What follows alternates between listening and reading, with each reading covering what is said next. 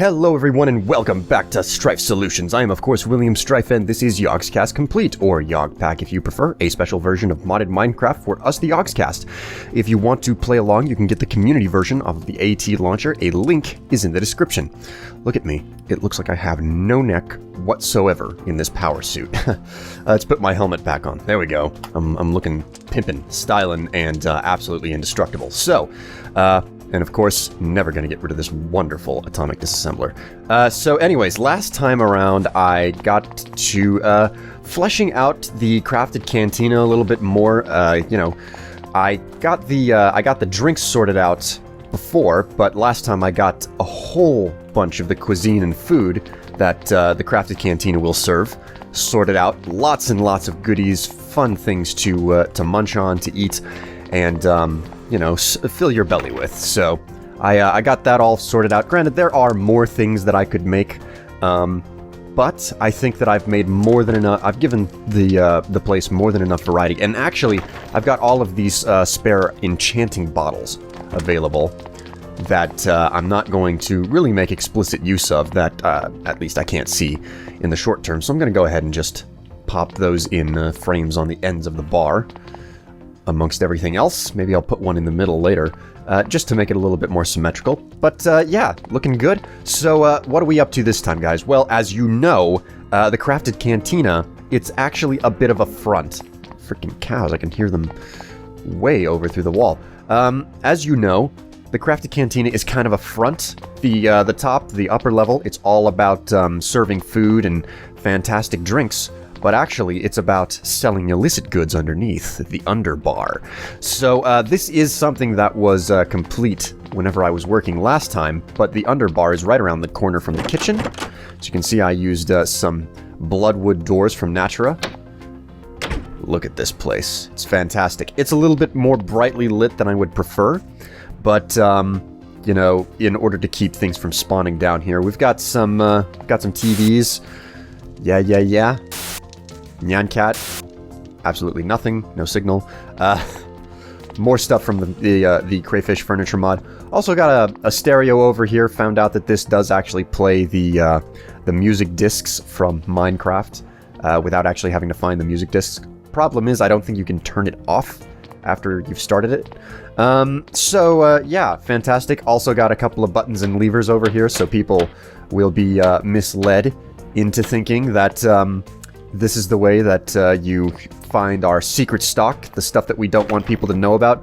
All sorts of special, goodies here. Raspberries, blueberries, mallowberries, blackberries, blightberries, and also I'm growing skyberries up top as well. Those bushes that you probably saw. As you can see, I've put them across the back wall. But in all actuality, nobody is going to find the illicit goods unless they know where the switch is. And these are red herrings, people. No one's going to find the illicit goods in the Underbar unless they know to hit the switch. Booyah. I have used advanced drawbridges from Tinker's Mechwork. Now, these advanced drawbridges, they require you to make these blank casts to make the drawbridge, which also requires blank casts. I made these by taking a trip over to Duncan and Kim's base, Panda Labs, and I leapt through their little portal to make a bunch of blank casts out of aluminum brass, so that's how I did that. I could indeed make my own smeltery from Tinker's Construct, but I haven't. Anyways, let's actually get into what this episode is going to be all about, which is the Underbar. So I've already shown you the hidden door. That's a pretty big factor. It's hooked up via red alloy wire underneath, and actually all of these torches are levers from the hidden doors mod, or secret rooms mod, I believe it is. It's not that difficult. It's just a torch with a piece of redstone under it is how you craft one of these things, and they just function as normal levers. Go ahead and hit it, and there you go. Can't really hear it anymore because I shut the sound off because of the damn cows on the other side of the wall, but you know how to make it now. So anyways, with that done, let's get on to the next couple of things. First off, hemp. Hemp is from Imasha Resources, and it grows just like standard sugarcane. You put it along water, but you have to craft it into seeds, hemp seeds. You go ahead and you planted down like that, and it'll grow up to a height of 3, just like normal sugarcane, I think. Now, I'm gonna be honest, this stuff doesn't actually have any good purpose. Hemp can just be used to craft string and paper, as well as some certain types of armor from Imasha's resources also. So it's not actually useful as a drug, but you can't deny that's marijuana. You can look at it. It's the 5-finger leaf. So there's that for you. Anyways, let's move on. Next up are drug-infused foods. So how do we serve up our special cuisines of the Underbar, which is, you know, the blight berries, black, blue, mallow, and raspberries, as well as sky berries and any other berries that I end up picking up along the way? How do I serve those things up without actually giving people straight drugs? Well, it's actually pretty simple. Where is it? Okay, this is our cocaine. The way that you do this is you can actually do this with any food type. So you take food, you put it in your crafting inventory, and then you combine it with the cocaine. Okay, it looks like I already crafted the blackberry with something. That's why it won't combine. But as long as there's no chemical on the food, you can go ahead and craft it like so. And that will give you a spiked type of food. And it's not working because I did indeed spike some of the stuff that I've already got my hands on in the crate here. As you can see, if I go ahead and do that, you can see what's stacking and what's not stacking. If it doesn't stack, that's because it's slightly different, vaguely different, and already has a chemical coating it. So there you go. I've got some raspberries that are coated in cocaine. So, you know, there's no way to tell what is coating any of these foods other than the fact that they won't stack. So, I mean, some of these could be covered in meth, some of them could be covered in coke, others could be covered in, THC. I don't know what these foods over here are covered in, but that's how you do it. You can do it with steak, bread, any type of food. The reason why I use berries is because you can continue to eat berries even when you are full, as you can see. So that's the reason why I use berries. So there you go. That's how you do drug-infused foods.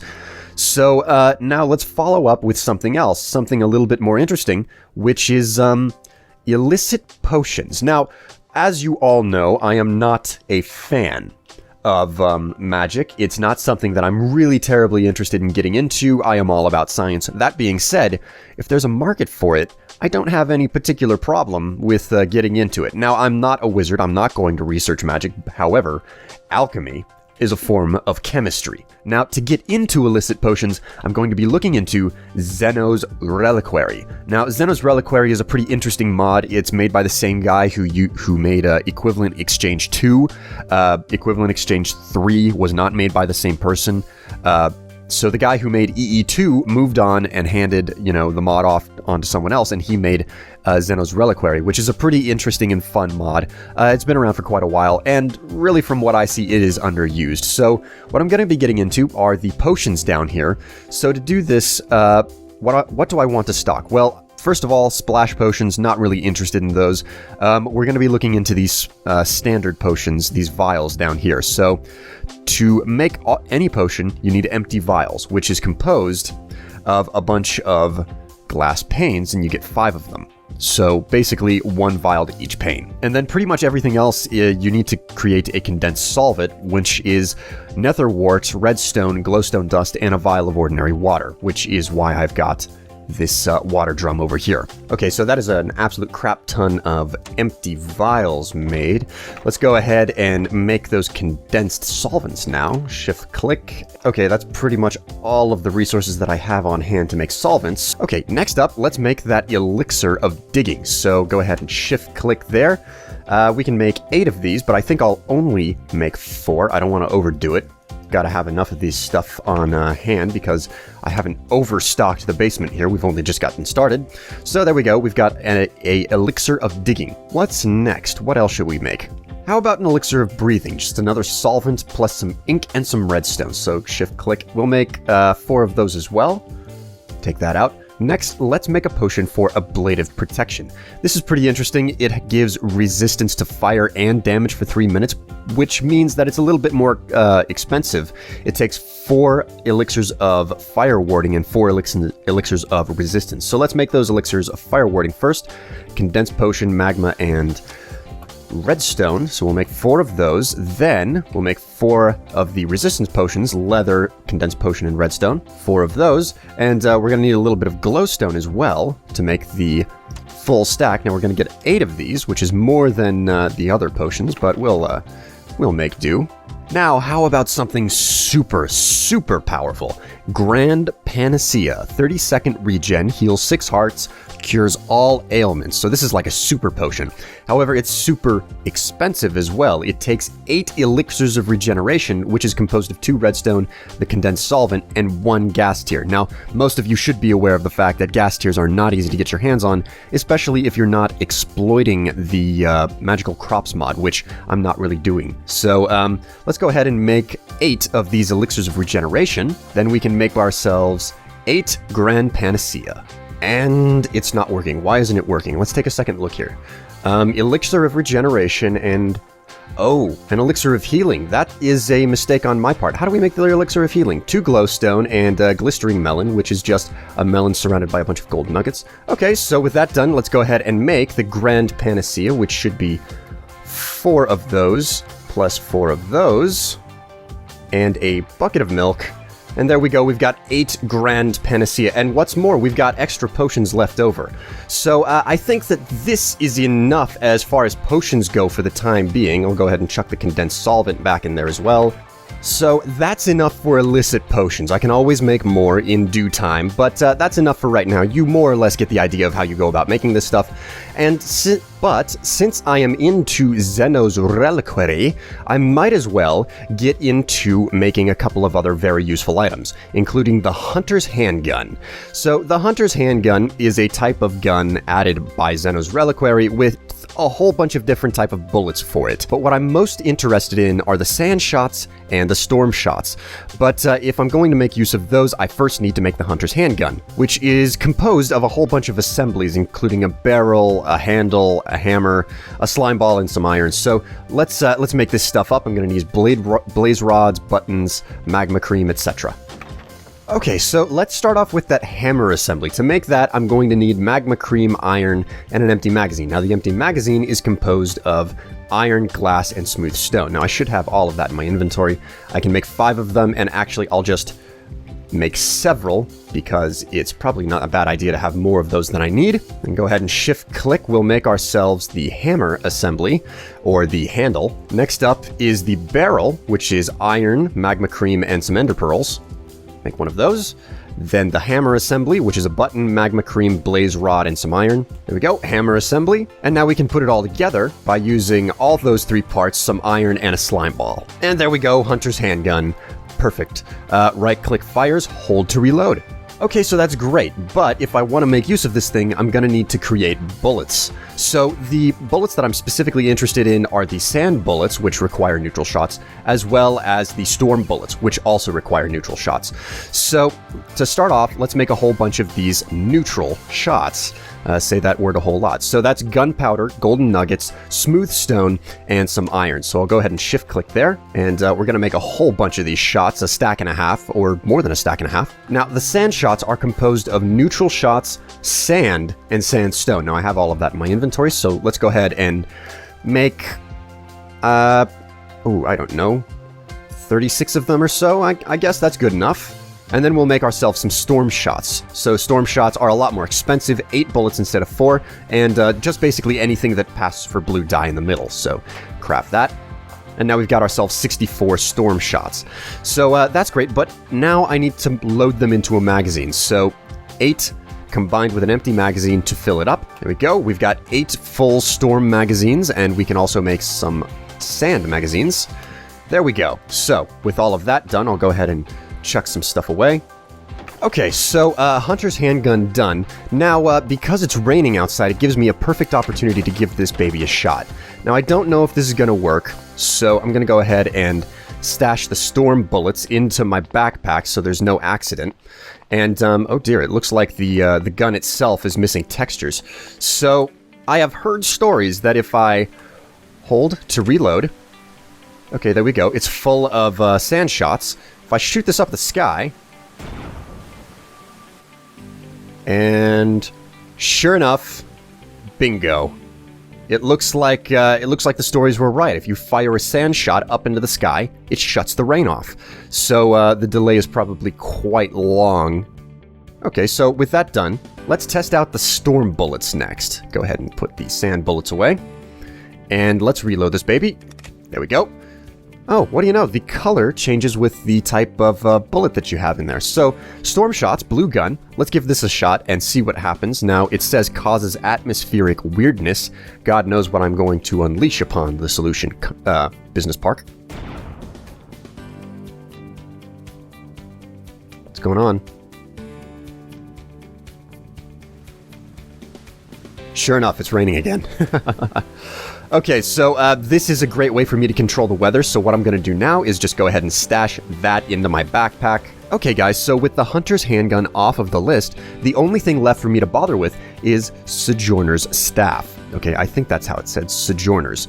Now, Sojourner's staff is a fancy pants little piece of equipment. It consumes torches and can place them long distances. Okay, so this thing basically eats torches and can hold something in the ballpark of like 5 or 6 stacks of torches, I think. I've used it before. It's a fantastic piece of equipment. It takes glowing water, gold, blaze powder, magma cream. Okay, so it's not excessively expensive. Now, the glowing water is composed of condensed splash serum and glowstone dust. The condensed splash serum is the nether wart, the gunpowder, the glowstone, and the vial of ordinary water. So, okay, so let's make up that condensed splash serum. Go ahead and shift click, and I just need 2 of these, and then I can make that into the splash serum.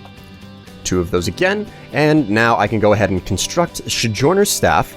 And there we go, we've got ourselves Sojourner's staff. And as you can see, it just consumed a couple of torches out of my inventory, and now it's got a bar at the bottom. Next up, I'll go ahead and take some sticks and some coal in my inventory and craft those, and as you can see, they're just vanishing right out of thin air.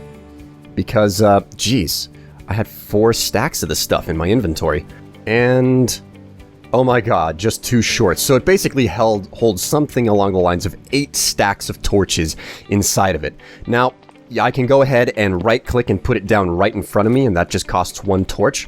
Or I can put it down across the room, and that'll cost more torches. I don't know what the range is. I don't know when the penalty starts to kick in. But this thing is great if you're spelunking, or if you're a dungeon delver or something, and you don't want to have to carry stacks and stacks of torches on you. So that is fantastic. But anyways, guys, I am Strife of Strife Solutions, and the Underbar pretty much has what it needs to do business now. All sorts of drugs and illicit goods ready for sale, and what's most important is that if I come over here, nobody knows what I have for sale. Check that out. Fantastic. I'm Strife of Strife Solutions, and I'll see all of you next time. Bye!